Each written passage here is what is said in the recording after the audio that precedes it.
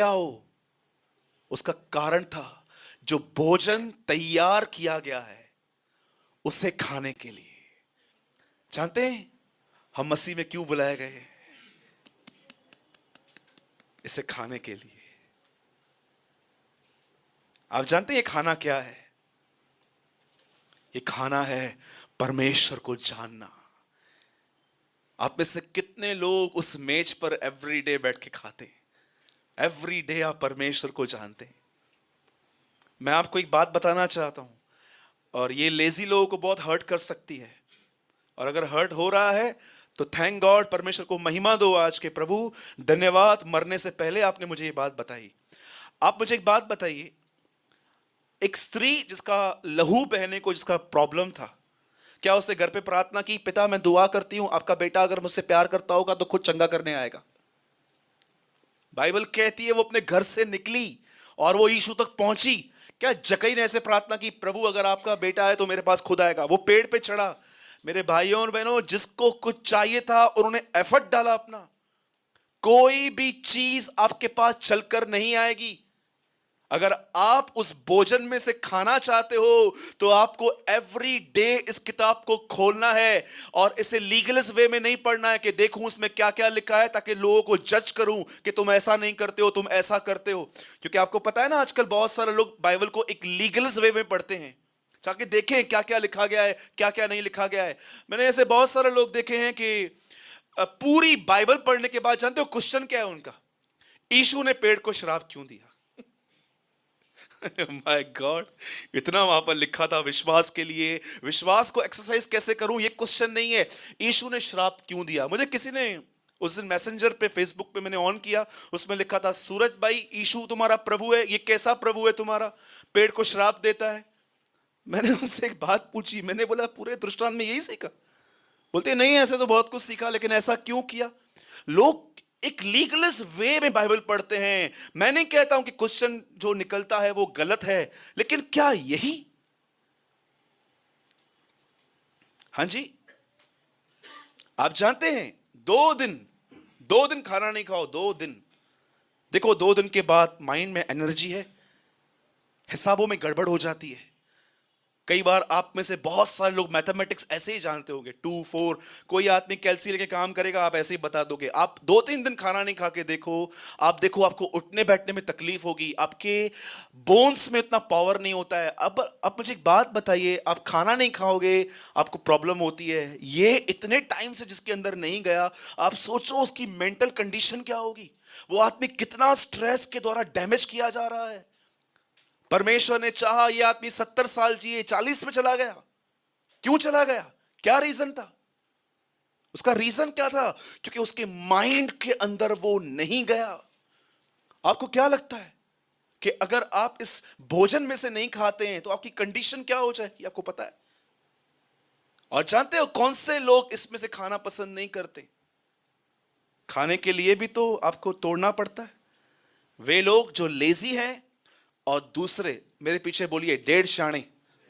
बोलो अपने बाजू वाले को, 1.5 शाणे। नहीं नहीं नहीं, ठीक है, थोड़ा संभल के बोलना, देखना कोई बाजू में अकड़ू तो नहीं बैठा है ना कोई। बोलो 1.5 शाणे। इंग्लिश में क्या कहेंगे? बोलो ओवर स्मार्ट। हाँ, जिनको कहोगे ना ये करके दे, फिर भी बोलेंगे नहीं यार मैं थोड़ा अलग से करूंगा। आप में से कितने लोग बाइबल में पहले आर्किटेक्ट को जानते हैं? पहला आर्किटेक्ट, आई थिंक मैं सही बोल रहा हूँ ना, आर्किटेक्ट ही बोलते हैं ना जो बिल्डिंग के पहले काम करता है, ठीक है ना? हमारे पढ़े लिखे ना है भाई, मिस्टेक सुना। कभी कभी देखता हूँ ना इंग्लिश नहीं बोलने आ रही है, चुप हो जाता हूँ। ठीक है, आप में से कितने लोग पहले पहले आर्किटेक्ट को जानते हैं? कौन था?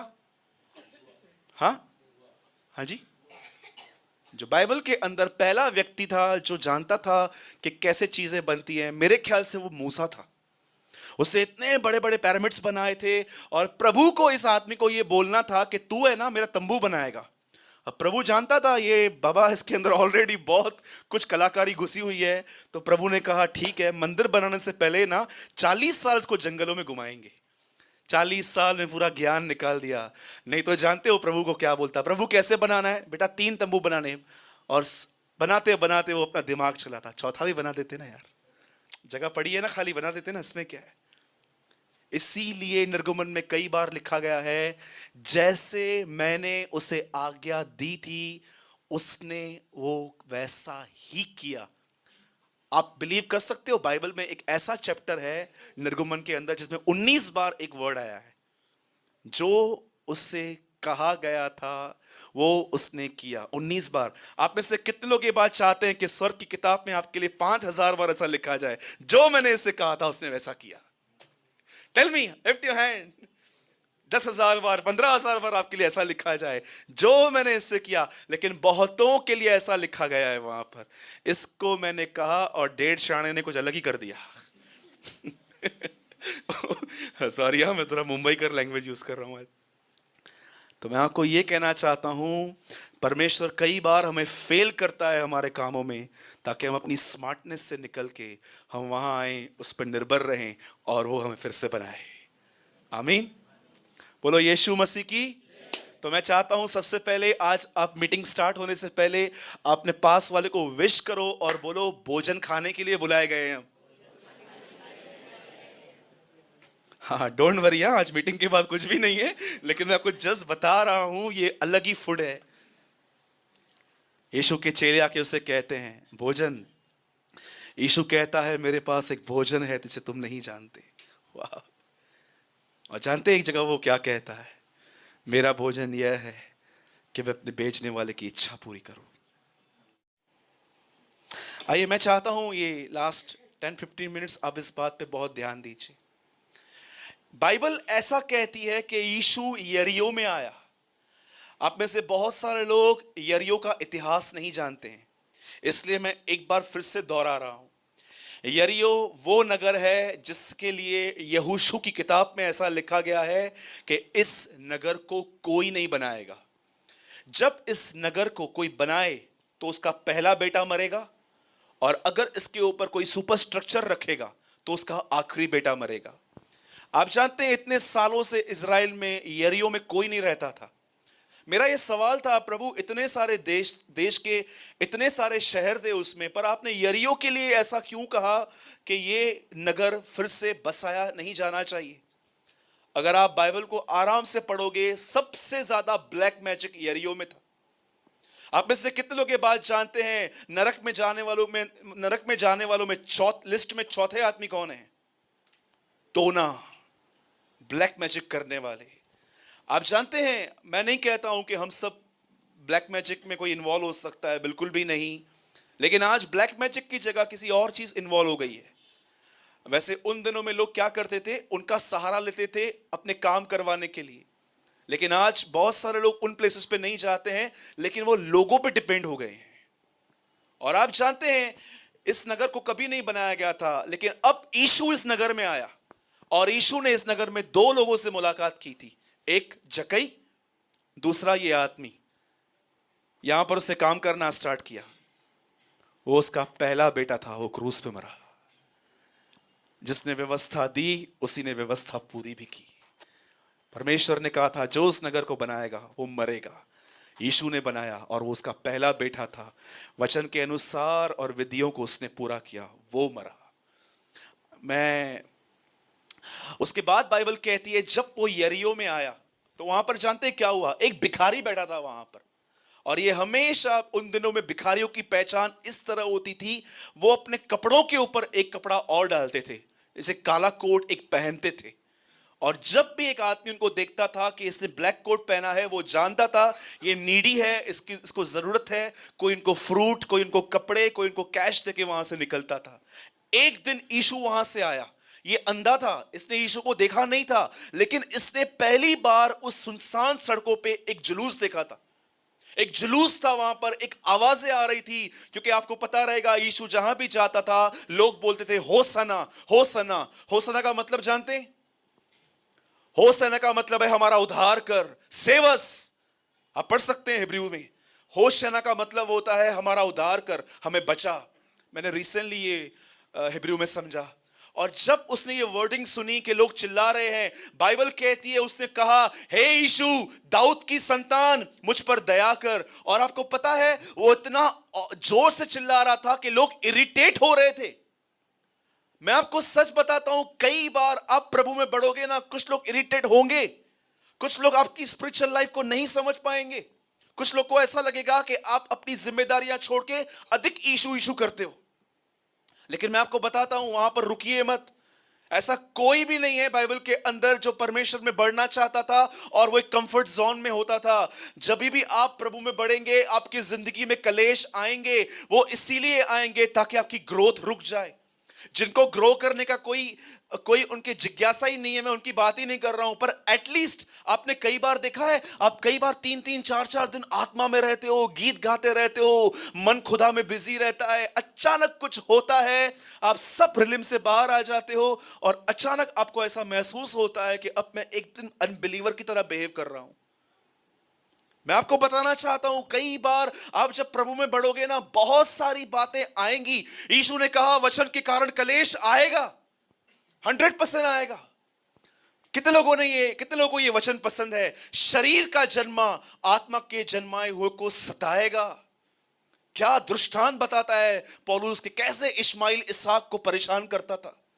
आप जानते हैं, ये आदमी चिल्ला रहा था, हे यीशु दाऊद की संतान मुझ पर दया कर। जब लोगों ने इसे रोका, ये रुका नहीं, इसने और चिल्लाया। और जानते हो द ग्रेटेस्ट मिरेकल वहां पर क्या हुआ? लिखा है यीशु रुक गया। जीसस स्टूड, वो खड़ा हो गया, वो स्टैंड हो गया। और जानते हो क्या बोलता है? अब ये आदमी बुला रहा था ना, अब एक आदमी उसके पास आके कहता है चुप रहे, ढाढ़स बांध, अब वो तुझे बुला रहा है। टेबल अपसाइड डाउन हो गई। एक दिन आएगा जब आप पुकारोगे, एक दिन आएगा वो आपको पुकारेगा। आप जानते हैं क्या हुआ? वो पुकार रहा था, अब वो उसे कहता है रुक, ढाढ़स बांध, डर मत, वो तुझे बुला रहा है। लेकिन उसके जाने से पहले, उसके पास जाने से पहले उसने एक जबरदस्त काम किया, उसने अपना कपड़ा फेंक दिया। आज मैं इसी कपड़े के ऊपर आपको कुछ बताना चाहता हूं। जानते हो, इससे पहले कि वो यीशु से मिलता, उसने सबसे पहले, जब उसने सुना कि वो मुझे बुला रहा है, उसने सबसे पहले अपनी डिपेंडेंसी निकाल दी। वो जान गया था अब मुझे किसी की जरूरत नहीं पड़ेगी, ही इज इनफ, वो सबसे पूर्ण है। मैं आपसे एक बात पूछना चाहता हूं, आप में से कितने लोगों ने काला कपड़ा उतारा है? मैंने आपको पहला दृष्टांत क्या बताया? अंधे, भिखारी, लूले, लंगड़े परमेश्वर के राज्य में ले आओ। हम पहले भिखारी की तरह जिंदगी जीते थे। हो सकता है हमारे पास बहुत पैसा था, पर आप भी जानते हो स्पिरिचुअली हमारी कंडीशन क्या थी। मैं आपसे पूछना चाहता हूं, आप में से कितने लोगों ने इस ब्लैक कोट को उतारा है? जानते हो ब्लैक कोट को उतारने का अर्थ क्या है? अब मेरी निगाहें लोगों की तरफ नहीं रहेंगी, अब मेरी निगाहें अपने मेथड्स, अपने मन की तरफ नहीं रहेंगी। अब मैं उसके पास जाऊंगा जिसने मुझे बुलाया है। पौलुस कहता है मैं उस इनाम को पकड़ने के लिए जा रहा हूं जिसके लिए मैं दमिश्क में पकड़ा गया था। आपको पता है आपको प्रॉब्लम कब आएगी लाइफ में? आप डिस्टर्ब कब होंगे? जब अपना फोकस चेंज करेंगे। मैं नहीं कहता हूं कि अगर आप लोगों को तरफ देख रहे हो, अगर परिवार में कोई गलत कर रहा है तो उसको समझाना नहीं है, बिल्कुल समझाना है। मैं आपको सच कहता हूं, कई बार मेरी मां मुझे करेक्ट करती है, मैं अपनी मां को करेक्ट करता हूं, लेकिन हमेशा दया के साथ, विथ ग्रेट मर्सी। रूटली समझाने से आप भी जानते हो बातें बिगड़ती हैं। आप जानते हो इस आदमी ने क्या किया? इसने अपना चोगा उतार के फेंक दिया। उसने ये दिखाया बस बहुत हो गया, अब मैं यहां पर नहीं बैठूंगा। और आप जानते हो यीशु ने इसकी आंखें ठीक की। और बहुत अच्छी बात वहां लिखी है इसके लिए, जब उसने आंखें खोली तो पहला पर्सन जो उसने देखा वो यीशु मसीह था।